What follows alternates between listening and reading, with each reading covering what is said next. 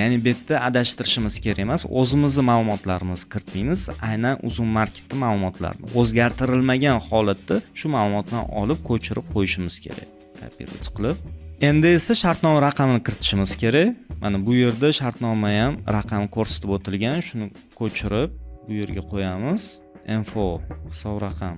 Shartnoma tuzilgan sanasi ham bu yerda ko'rsatib o'tilgan. Mana 4-iyul 2000 shuni ko'chirib 4-iyul 25-yil qo'yamiz.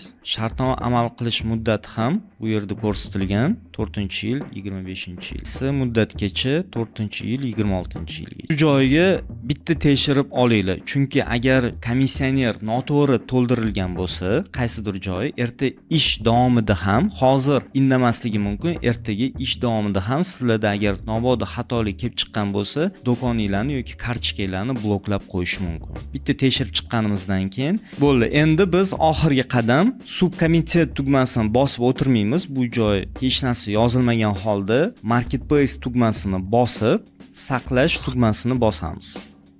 Saqlash tugmasini bosganimizdan keyin bizda mana ro'yxatda kelib chiqdi. Endi esa keyingi qadam biz bu komissioner qilganimizni screenshot qilib yuklab qo'yishimiz kerak. Biz screenshot qildik, endi yuklaymiz va tugatish.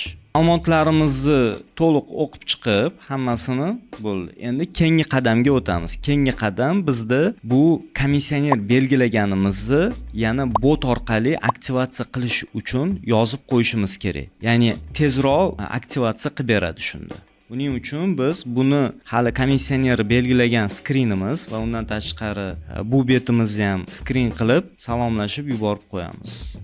Skrinlarni olib hozir jo'nataman.